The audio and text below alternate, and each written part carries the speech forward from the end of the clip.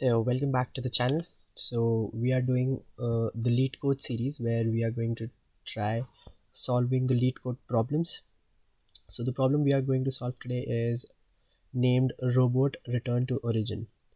So you can read this question, it's quite a bit long. So the idea is basically you'll be starting from a 0,0 position as it's given over here, and there will be certain moves that will be given. So it could be out of four of these, right, left, up and down. So there will be a string provided to you, it with the moves written over it, and you need to find out whether you will return to the origin or not. So let's look at the examples and you'll get a better idea of how exactly or what exactly the question is. So for example, over here we have up and down. So what basically we want is we'll have this quadrant, we'll be starting from this position, so we'll go up, then we come down again, so we'll be coming back to the origin position, so we'll return true this time, so that's why true is written. Next question, we have left and left, so we move towards one left, then go one step left again, but we won't be returning to the origin this time, so we are moving 2 steps towards the negative x-axis, so we'll be at some place around -2,0, which is not 0,0, and hence false is written. Similarly, right, right, down, down, so it will be right, right, down, down, so it will be, I guess, -2,2, which is again not 0,0, and hence false is written. So that's what the problem is, and this is considered to be one of the easiest problems on the LeetCode. So personally for me, this is the most easiest problem that LeetCode has, and I guess you won't even need my help in solving this, but just in order to give you on exactly how to solve this question and how the approach should be, even though simpler, but yeah, so let's try solving it and you'll get to know how to solve it.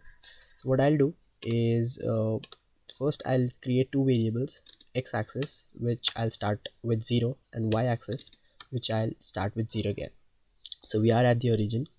Now what I'll do is I'll iterate over every moves. So a string could have up, down, r, so it could be a string of a greater length as well. So what I'll do is I'll traverse over each element and increment or decrement the value of x and y.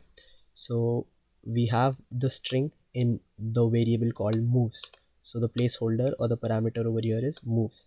What I'll do is I'll iterate over each move and I'll check if my position is equal to up. So if my position is up, I'll increment my y value to 1. elif, so elif is basically else if in Python. So what I'll do is elif position equal to down, my y-axis will decrement by 1. elif, if my position is L, which is left, I'll decrement my x value by 1. Position is left, alright. Or else what I'll do is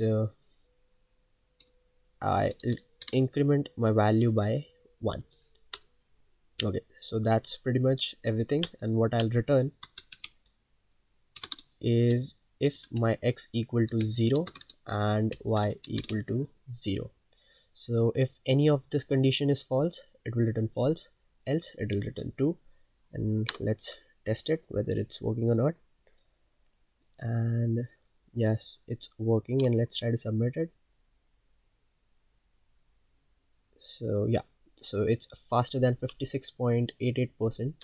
so I've told you about the bug or a feature we actually don't know, but if I try to submit it again, I guess there will be a change in the percentage. Okay, that's same this time.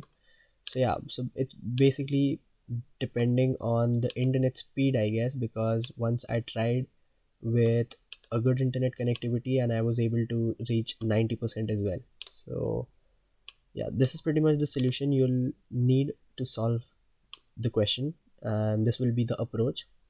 So when in an interview, you could try drawing these quadrants and explaining it to the interviewers, so you might get an idea of the approach you are going to use and how or exactly you are facing the problem or you're solving it. So drawing it will make the interviewer understand quickly, and he'll be interested in maybe hiring you or giving you another chance for the next question.